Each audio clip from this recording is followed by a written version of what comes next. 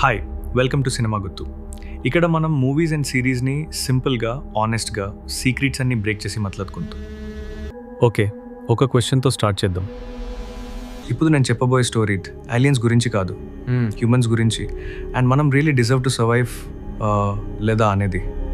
ఈ వీడియోలో నేను నెట్ఫ్లిక్స్ సిరీస్ 3 బాడీ ప్రాబ్లమ్ అసలు స్టోరీ ఏంటి, ఎందుకు ఇది నార్మల్ ఏలియన్ సిరీస్ కాదు, అండ్ అసలు ఏ సిరీస్ మనకేం క్వశ్చన్ అడుగుతుంది అనేదాన్ని సింపుల్గా చెప్తాను. నో స్పాయిలర్స్, వరీ అవ్వక్కర్లేదు. యాక్షన్ ఎక్స్పెక్ట్ చేస్తే అది కాదు, థింకింగ్ సైఫై. సో కామ్గా చూడండి, బికాజ్ ఈ స్టోరీ స్లోగా మైండ్లో సెటిల్ అవుతుంది. ఈ స్టోరీ స్టార్ట్ అవుతుంది చైనాలో కల్చరల్ రెవల్యూషన్ టైంలో. ఒక బ్రిలియంట్ సైంటిస్ట్ లేడీ హ్యుమానిటీ మీద కంప్లీట్ హోప్ లోజే అవుతుంది. She sends a signal in to space.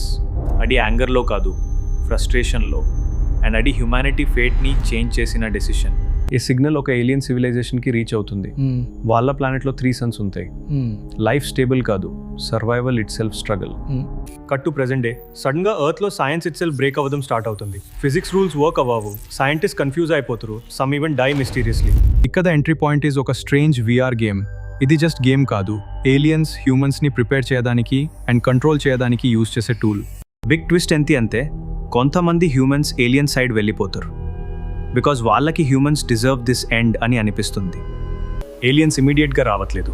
They give humanity 400 years of time prepare అవ్వడానికి ఆర్ సరెండర్ అవ్వడానికి. సో ఏ స్టోరీ ఏలియన్స్ అగేన్స్ట్ హ్యూమన్స్ కాదు, ఇది హ్యూమన్స్ విఎస్ దెమ్సెల్వ్స్. మనం యునైట్ అవుతామా లేదా already లాస్టా? ఎండింగ్కి వచ్చాక హ్యూమానిటీకి క్లియర్గా అర్థమవుతుంది ఏలియన్స్ వస్తున్నారని. వాళ్ళు ఆల్రెడీ మనం ఏమీ చేయకుండా ఉండాలి అని ప్లాన్ చేసేసారు. ఇక్కడ ఇంట్రెస్టింగ్ పాయింట్ ఏంటి అంటే no big war, no laser fights, just fear. Because 400 years time ఉంది అని తెలిసినప్పుడు కూడా మనం హెల్ప్లెస్గా ఫీల్ అవుతాం. ఎండింగ్లో బిగ్గెస్ట్ మెసేజ్ ఇది: ఏలియన్స్ ఎర్త్ని డిస్ట్రాయ్ చేయడం కాదు, హ్యూమన్స్ ఆల్రెడీ డివైడ్ అయిపోతారు. Some people want to fight, some people want to surrender. Series ఎండింగ్లో ఒక క్లియర్ ఆన్సర్ ఇవ్వరు. హ్యూమన్స్ గెలుస్తారా, ఏలియన్స్ గెలుస్తారా?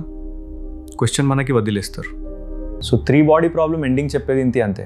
ఫ్యూచర్లో ఏలియన్స్ వస్తే ప్రాబ్లం కాదు, మనం ప్రెజెంట్లో యునైట్ కాకపోతే అదే రియల్ ప్రాబ్లం. ఇది జస్ట్ సైఫై సిరీస్ కాదు, ఇది ఒక వార్నింగ్. మనం చేంజ్ అవ్వకపోతే ఫ్యూచర్ ఆల్రెడీ డిసైడ్ అయిపోయింది అని.